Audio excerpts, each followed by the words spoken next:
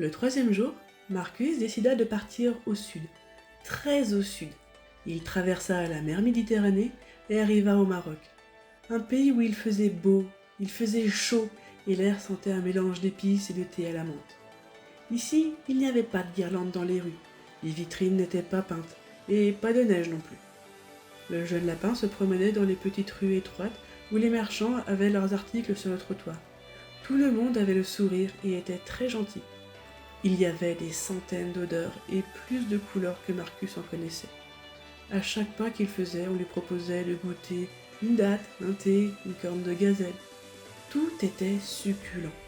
Le lapin ne savait plus où donner de la tête, tellement il y avait d'informations qui lui parvenaient de toutes parts. Mais il continuait à se laisser porter au gré des ruelles, jusqu'à une petite place ombragée, au milieu de laquelle une fontaine d'eau cristalline. Il s'assit sur un banc et profita du calme et du clapotis de la fontaine, tout en humant le parfum de fleurs d'oranger qui planait. Un petit groupe d'enfants jouait là. Ils avaient des billes et un cerceau et semblaient être les maîtres de ce petit bout de place.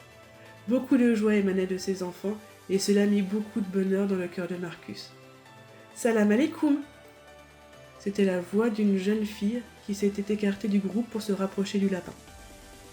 Elle avait les cheveux noirs et les yeux vert émeraude, et sa peau était cuivre. Elle portait sur ses cheveux un voile de soie bleue constellé de petites perles argentées, tombées comme une nuit sur ses épaules. « Bonjour, excuse-moi, je voulais pas vous déranger. Tu es tout seul, tu veux venir jouer avec nous? Moi, je m'appelle Sarah.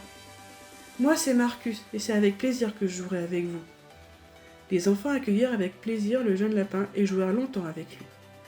Quand le soleil commençait à redescendre dans le ciel, les enfants rentrèrent chez eux. Il ne resta que Sarah. « Tu veux venir avec moi? Je vais te montrer un lieu incroyable. » Marcus la suivit avec plaisir. Elle le mena à travers les rues étroites tout en haut d'une colline qui dominait la ville. D'ici, ils purent observer le coucher du soleil sur le désert. D'un coup, un chant s'éleva de la ville. Le lapin ne comprenait pas ce qu'il disait, mais la mélodie pénétra son corps, et un grand calme s'empara de lui. « Vous ne préparez pas Noël ici? »« Non, c'est quoi ?» interrogea Sarah. « C'est une fête chez moi. Nous célébrons la naissance de Jésus, et le Père Noël apporte des cadeaux. »« Jésus le prophète? » ?»« Non, nous ne fêtons pas sa naissance, et personne n'apporte de cadeaux. Mais nous sommes en plein mois du Ramadan, et il se finira par l'Aïd. Pendant ce mois-là, qui change chaque année, nous ne mangeons pas la journée, mais dès le soleil couché, nous faisons de grands repas avec notre famille. C'est ce que tu as entendu? C'est pour nous prévenir que nous pouvons rompre le jeûne. L'Aïd à la fin du mois, c'est une grande fête qui célèbre le sacrifice d'Abraham. Nous prions beaucoup, nous chantons, et on passe du temps avec ceux que l'on aime, et on leur offre des cadeaux, expliqua patiemment la jeune fille. C'est vrai que ça ressemble un peu à Noël. Tu crois qu'il y a de la magie dans ta fête? De la magie? Je sais pas. Moi, je trouve que ces moments avec ma famille où l'on chante, on joue ensemble, c'est magique.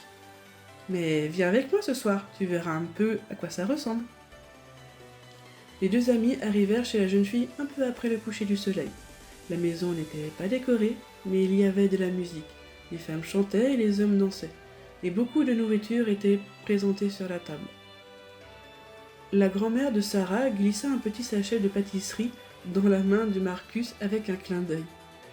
La soirée fut longue, et quand Marcus alla se coucher, il avait un ventre tout rond d'avoir beaucoup mangé, mais il était étrangement bien. Il était calme, serein, et c'est ainsi que ses yeux se fermèrent sur le troisième jour.